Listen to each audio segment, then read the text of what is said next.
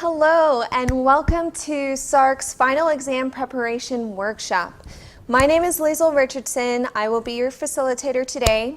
I'm currently the Academic Outreach Graduate Assistant over at the SARC main campus here at UCF. Our phone number is 407-823-5130 in the event that you have any questions about our services. And you can also visit our website at www.sarc.sdes.ucf.edu. So today's workshop will be going over a couple of things. First things first, we're going to talk about a little bit about the Student Academic Resource Center so you have an idea of what our services are. Then we'll go into what's called the 5 types of studying, which will be a 5-step process that can help you prepare for all of your exams. Then we also will talk about how to prepare for finals. And finally, there will be a period for questions and answers. Please let me know if you have any questions anytime during the workshop or towards the end. So to give you a little bit of an overview of the Student Academic Resource Center, we offer peer tutoring and supplemental instruction, which is group-based peer collaborative learning. Now studies show that group-based collaborative learning is actually more effective than one-on-one tutoring. So that's why peer tutoring and supplemental instruction, or SI for short, are structured in a group environment. We also have what are called our academic success workshops, exactly what we're doing here today. We go over topics like final exam preparation, test anxiety, note-taking, and time management. We can also talk about these kinds of topics in our free one-on-one learning skills consultations. So what happens is you call the main SARC office and you can make an appointment with a learning specialist if you have any academic concerns. So you sit down for an hour, talk about whatever it is you feel is hindering you academically, and the learning specialist will be able to pinpoint the problem and provide the resources you need in order to overcome those academic hurdles. You can also sign up for what's called ACE coaching, or academic coaching and engagement. That's a free program during fall spring semester that's like learning skills consultations, but it's more of an accountability program because you can meet with your peer mentor up to twice a month. Whereas learning skills consultations, it's more of like a one-off meeting and then you can do a follow-up. In addition to all of these services, we also offer online academic support. So if you go to our website, the one I showed you before, and you are brought to the homepage, what you'll see is a banner that says 24/7 Academic Assistance. So you click on that banner and it leads you to our SARC online website, which is basically like a heaven of online academic support. We have what's called online peer assisted learning, which is online tutoring. We also have learning skills handouts and course-specific resources. So our peer tutors and SI leaders actually sat down and wrote out some handouts with helpful tips on how to get A's in certain classes, like biology, chemistry, physics, statistics, everything like that, all the subjects that we offer tutoring for. So this is just a rundown of all of the services that we have here to offer at the Student Academic Resource Center. Please make sure you take advantage to make sure you don't fall behind during the semester, or if you feel like you're going to panic towards the end, we're always here to help. Now moving on to the 5 types of studying. Now it may sound like the 5 types of studying is you pick a type of studying that might work for you and you stick with that. Actually, the 5 types of studying is a 5-step process that you want to follow on an ongoing kind of basis when you learn new material in classes. So the 5 steps are studying to gather information, studying to learn information, check for learning, refreshing, and studying to improve your learning skills. Now we'll go into the different steps for each type of studying, but please take note that each step requires time. So as we go through these 5 types of studying, think about how you can't just squeeze all of these 5 types of studying into the night before the exam, but you might want to spread this out and actually start from the first day of class. So let's talk about studying to gather information. So this is where you ask yourself, what do I need to learn in this course and what do I need to learn for our upcoming exam? You're going to gather any study guides, all of your class notes, all of your PowerPoint slides, your lecture and chapter notes, and then you're going to organize and condense and record that information in a format that's easy for you to study from. So it might be a little too much to study from all of the resources that your professor provides you with, but it's probably going to be easier to study from, let's say, flashcards or Cornell notes or an outline. So that's why we recommend that you take some time out of your schedule every time you learn new material in class to organize, condense, and record your information. Now, you don't want to do all of this fancy work with your note cards and outlines and it's not accurate and complete. You want to make sure that what you're studying from has all the information that you need to study for your exams. So ask yourself if that information is right. Compare it with your classmates' notes and confirm with your professor to make sure that your notes are both accurate and complete. Moving on to the second type of studying. So that's studying to learn information. This is where you're moving things from your short-term memory to your long-term memory. So this is where you're remembering things, and the best way to remember things is actually just doing repeated recitation. Now, repeated recitation is when you're covering the main details up and trying to recall the supporting details of that main idea with 100% recall. So you're going to sort what's learned and not yet learned by doing those repeated recitations. If you find yourself not completely recalling something, don't put it off to the side and say, oh, I got this. Actually, take the time to review that material more, okay? And so ask your professor and classmates questions. Maybe there's a reason you're not able to recall certain material. Maybe you just don't understand it. So make sure you ask a lot of questions. Go to SARC tutoring if you have some questions. Get creative with tough concepts. So if your outline notes don't help you with a certain concept, maybe look at Khan Academy or go to YouTube for some YouTube videos. And make sure you don't procrastinate. So it's very important that you have effective time management skills and you don't leave things to the last minute because things can pile up and you won't be able to remember things on the day of your exam. So definitely make sure to create a master blueprint or a schedule in which you schedule all the types of studying leading up to your exam. Make sure you define your priorities. So if a really cool social event comes up and you have an exam that same week, maybe you want to prioritize your exam and not the fun social event. Another thing to take note of in your schedule is you want a minimum of 2 hours study time outside of class for every 1 credit hour in your schedule. So let's say you're enrolled in 3 credit hours this summer. You want to study for a minimum of 6 hours outside of class time during the week. For STEM students and grad students, it's actually recommended to study anywhere between 3 to 4 hours outside of class time for every credit hour that you're enrolled in. So please keep that in mind when you're scheduling your study time. Another thing that you can do is use a semester at a glance to make sure that you're constantly aware of all of your upcoming deadlines and exam dates. So the semester at a glance is a template that SARC provides on our SARC online website. If you go to Learning Skills Resources and Time Management, you can find the semester at a glance updated every semester for you.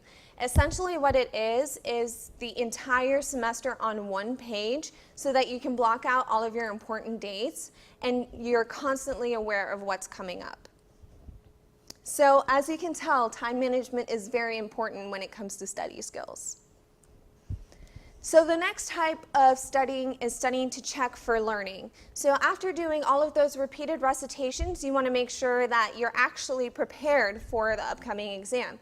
So this is where you're doing a whole lot of self-testing, and there are various ways to test yourself. You can come up with a practice exam yourself and try to answer those questions. You can have your study mates or your classmates come up with practice exams as well, and you swap them. It's also very important that when you do make your practice test that you're actually aware of the test format, because let's say your test is open questions and you make multiple choice practice tests for yourself, you're not going to be prepared for the day of. So make sure that your practice tests match the format of the upcoming exam. And you want to make sure that you're self-testing yourself 2 to 3 times weekly. It's better to condition and practice more often, and that's why we recommend you self-test 2 to 3 times weekly. This is where you're actually asking yourself, do I know the information? This is where you're checking for the accuracy and completeness of your recall when you're doing your recitations or your practice tests. And don't let yourself slide. Just because you can sort of recall something doesn't mean you actually understand and can memorize that information for the day of the exam. So make sure you can actually recall things 100% of the time. And another method of self-testing is actually trying to teach this information to someone else. So what you can do is maybe talk to your roommates or your friends or your classmates about the material that you're learning for an exam. And if you can explain it to them in a sense that they can understand it, that means that you have learned that information as well. So come up with all of these creative methods for self-testing, but make sure that you actually follow through and do it. Now, the fourth type of studying is actually what you're supposed to be doing at the end of every week when you learn new information, and this is what students should be doing when they're cramming the night before. So, studying to refresh means you're revisiting early learned material, and you're going to beat fading by reviewing 2 to 3 times weekly. So, your review sessions of this material can be anywhere between 20 and 30 minutes. It's just to make sure that you're constantly refreshing and you're not forgetting the things that you learned early on. And you can do this individually or with a study group, and that's completely up to your discretion. Now, let's ask ourselves a question. Why do we forget information when we get to the exam? Maybe we do all 4 types of studying that we just went through, but you get to the exam and you're still forgetting information and you don't get the grade that you want. There are several reasons why we tend to forget information on the day of.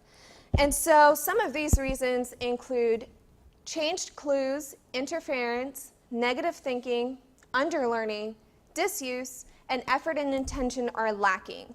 So changed clues is essentially when you study the information as it's given to you in the format that it's given to you, and then you get to the exam, the professor rewords everything, and then you get tripped up and you're like, I never learned this information. Well, the truth is, you did learn it. The whole point of an exam is to make sure you understand, not memorize information. So changed clues often is the reason why we forget information. Interference is another reason why we tend to forget. Now, psychologists have discovered that recently learned material interferes with recall of previously learned material. So to beat that, always review the early visited material at the end of every week so you're constantly refreshing your memory. Another reason why we tend to forget is negative thinking. Now, students who believe they cannot remember are the ones who are most likely to forget. So if you tell yourself you can memorize this information and you tell yourself you can do well on an exam, you're more than likely to memorize the information and you're more than likely to do well on your exam. So use the power of positive thinking to your advantage. Another reason why we tend to forget is underlearning. So that's one of the most common reasons. It's because we look at material and we're like, oh, we've learned this. This is so easy. I don't need to go over this again. And then you get to the exam and you're like, crap, I really wish I went over that more. So underlearning is a very important reason, but that's very easy to fix. Just make sure you go over every concept 100% of the time. Disuse, that's when you're not learning a certain concept that you learned from the beginning of the semester, and you just focus on the things that you learned towards the end. So when you're questioned about things from the beginning, you are like, well, I haven't really used those concepts in a while, so I don't really remember. So to beat that, as I said before, the 4th type of studying will come in handy. Always refresh at the end of every week so that you're not stressed out towards the end on finals week and you're like, I need to remember everything from this semester. Always make sure you're using the information you learn on a weekly basis.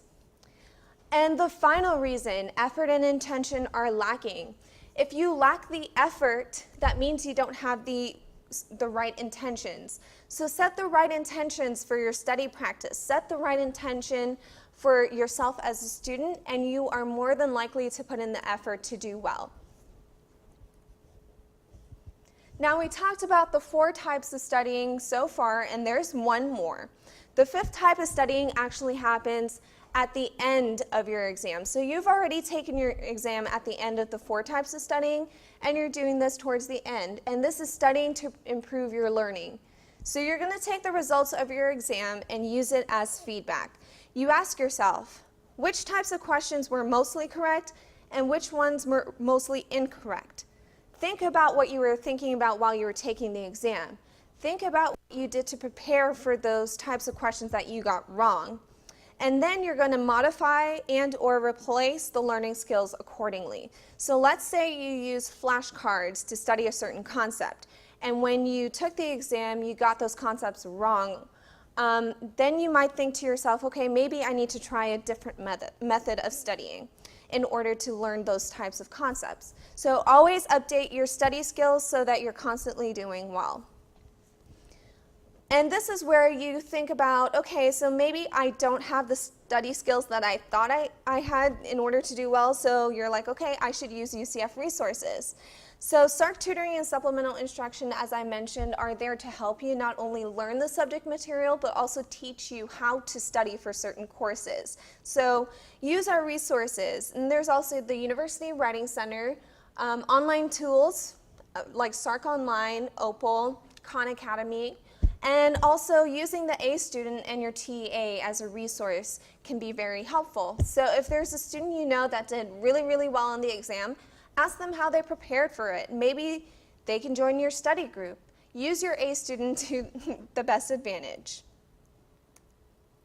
Now let me ask you, what is the proper environment to study in? Is it on your bed where you're most comfortable and warm? Is it at your desk, or is it in your kitchen table? So the best place to study is at your desk. The reason being is if you sit on your bed, then you're subconsciously telling yourself that you're there to relax and or sleep. So you might not actually be absorbing the information you're studying. If you're sitting at the kitchen table at your dorm and your roommates are around and you're catching up on gossip, you're more than likely not going to be able to concentrate as well. So the best place to study is at your desk in an environment where you know it's going to remain quiet. So that can either be inside of your room or the library or all-night study. So take advantage of all of those environments.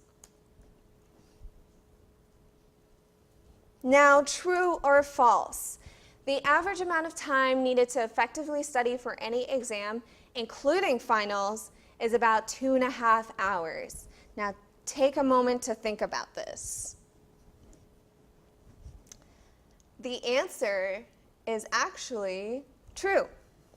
The reason why it's true is because you're not studying for 2.5 hours in total, but you're studying for 2.5 hours every time you sit down to study.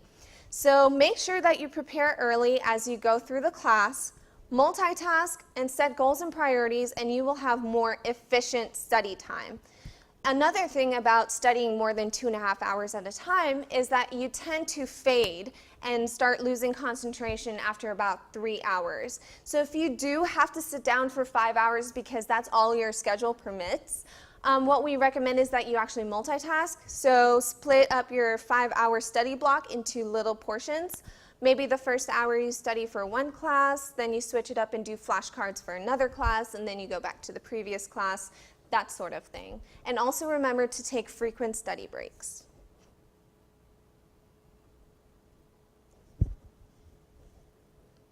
Now, I'm sure that we all have experienced this at some point. Now, I'm going to ask you a question, and I want you to think about this. What does academic anxiety mean to you? What does academic anxiety look to you?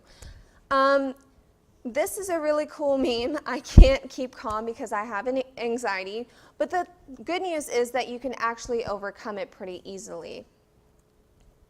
So the reality of academic anxiety is it is fairly common in college students. So please do not think that you're alone in this. There are probably 90% of your classmates are going through the same thing. It's completely normal and it's not something to be ashamed of, so please please don't be afraid to use the resources here on campus that can help you overcome these anxiety issues. Also, experiencing academic anxiety can decrease with practicing coping techniques, and we're going to talk about some of those coping techniques now. The most common cause, however, is lack of preparation. There's a direct correlation between knowing and understanding and memorization. Now, we talked about memorization. You can memorize information for an exam and maybe just regurgitate it, but maybe you might not feel as prepared as you would be if you actually knew and understood that information. So make sure that you increase your knowledge and understanding of the subject matter, and your test anxiety will most likely decrease. Now, I really like this quote, "Believe in yourself and all that you are. Know that there is something inside you that is greater than any obstacle." And that's a quote by Christian D. Larson. I really, truly believe that this ties in with the power of positive thinking. If you think positively and look for all of these cool, corny, happy quotes that can help you get through the day, it's going to be really helpful when you're overcoming academic anxiety. So find a mantra. Use them anytime for motivation. Use them in class to calm yourself when you start to panic, when your professor's talking about all of these integrals and calculus and you're like, I can't do this. Just think about your mantra to help calm you down. And think about this. Is there any particular quote that strikes a chord with you? If there is, post it everywhere where you can see it. Post it on your phone as a background. Put it inside of your notebook, textbook, or journal. Put it on your computer screen or on your desk, on your car dashboard. If you tend to think about things while you're driving and you start getting anxiety, maybe putting it on your car dashboard might be really helpful to you. So I would like to show you this really cute video, and I think everyone should be just like Jessica.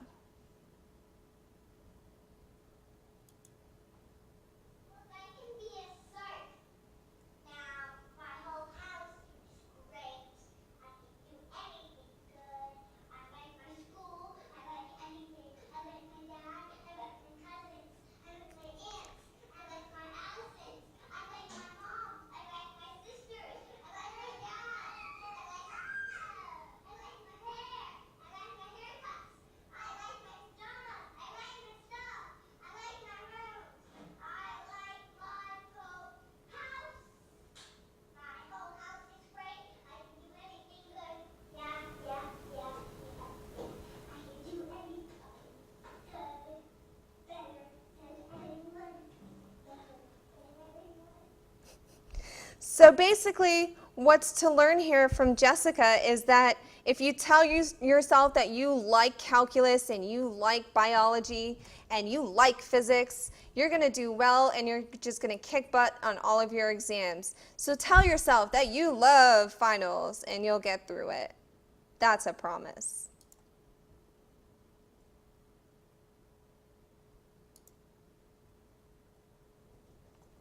Okay. So moving on to reducing anxiety on test day, because this definitely happens to everyone. So make sure that you arrive to your exam at least 10 minutes early. This gives you time to actually do some breathing exercises, maybe do your daily mantra again. Maybe be like Jessica, but in your head and not outward so your classmates don't think you're strange. But maybe talk to yourself in your head and say, this is okay, I'm going to do well. I did everything I needed to do to prepare. And get yourself settled. Make sure that you have your Scantron, your pencils, your blue book. And don't think about the material. It's so important for you in those 10 minutes to just relax. There's nothing that you can cram in 10 minutes to help you. So just breathe, just relax, and prepare yourself to sit down for 2 hours and take your exam. Now, when you do receive your exam, look over the entire test booklet and allot yourself a certain amount of time per question. Just guesstimate how much time you need to dedicate to certain questions. And those questions that do require more time or you feel like they would be more difficult, just skip ahead and do the ones that are going to be easier and require less time. Another helpful tip is to visualize yourself in a more relaxed atmosphere and or environment. Sometimes it helps to picture yourself taking the exam at home, which is where you studied, or the library. Maybe you can picture yourself taking the exam at the beach. Wherever it is that you need to visualize yourself in order to feel relaxed, do so.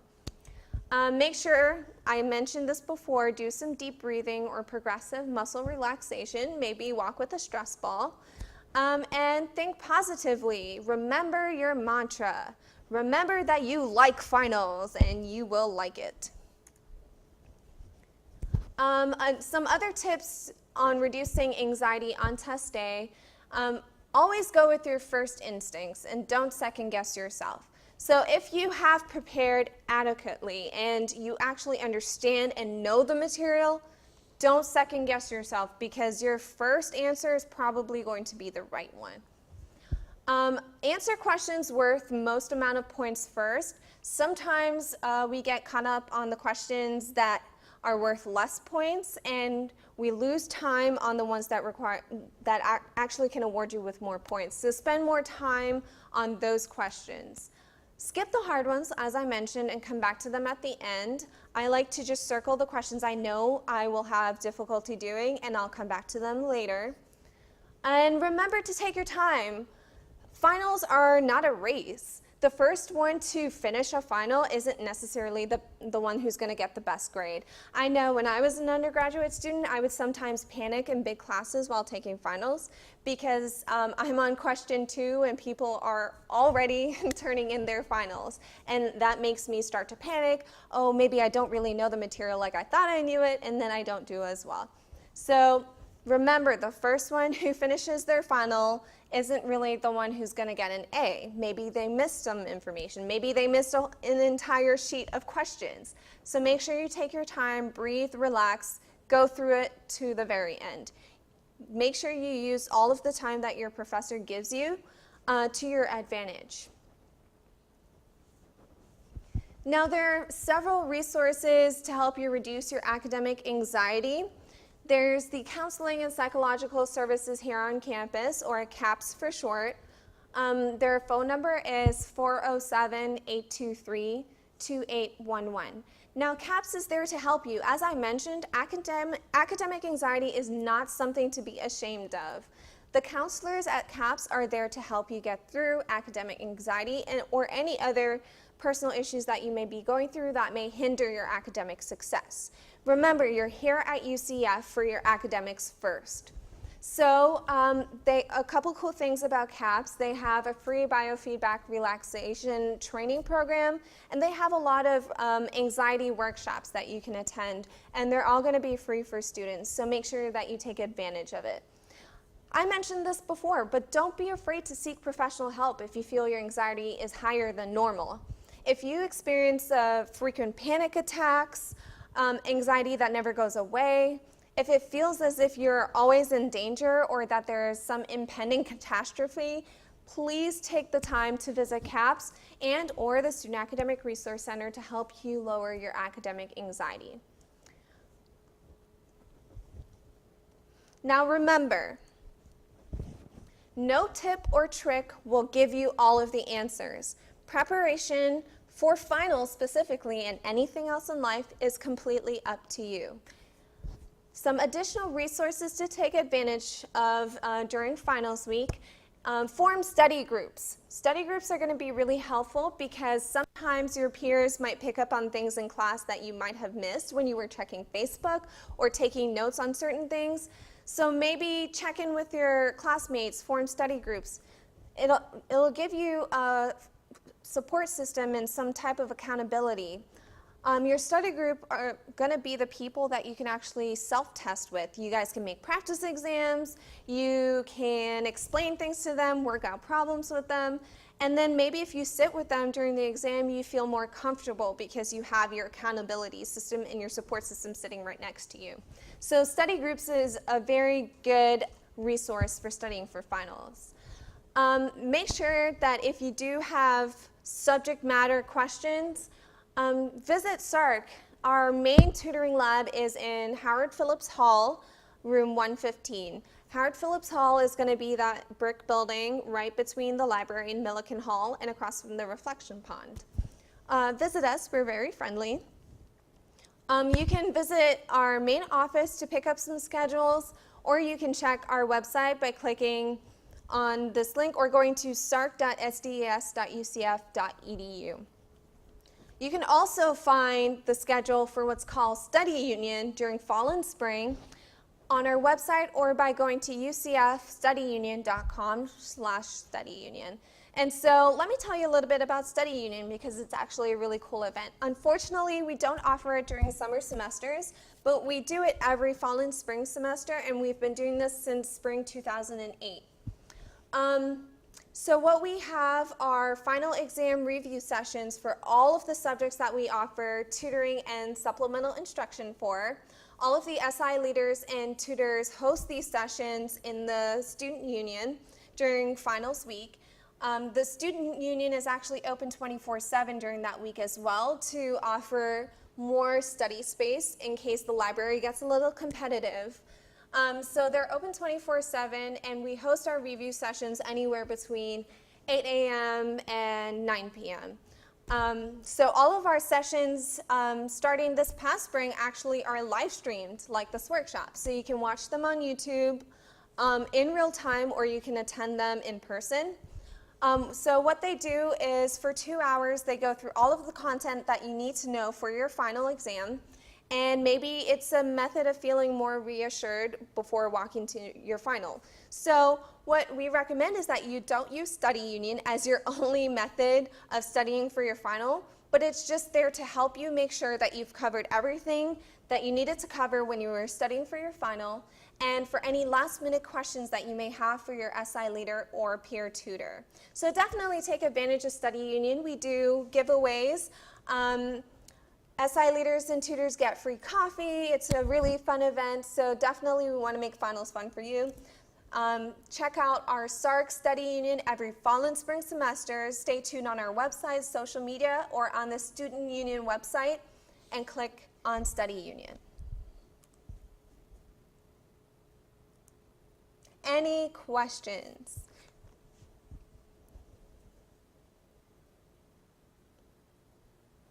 No? Okay, great. Thank you so much for paying attention to me while I talk about finals. I wish you the best of luck. You've got this. Remember, you like finals and you like your classes, so you will do well. My name is Liesl Richardson. You can contact me via email, liesl.richardson@ucf.edu. You can also find me and the rest of the SARC staff over at the UCF main campus, Howard Phillips Hall, room 115.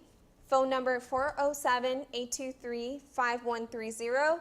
And our website, you can find it by either Googling UCF SARC or going to www.sarc.sdes.ucf.edu. Thank you and good luck on finals.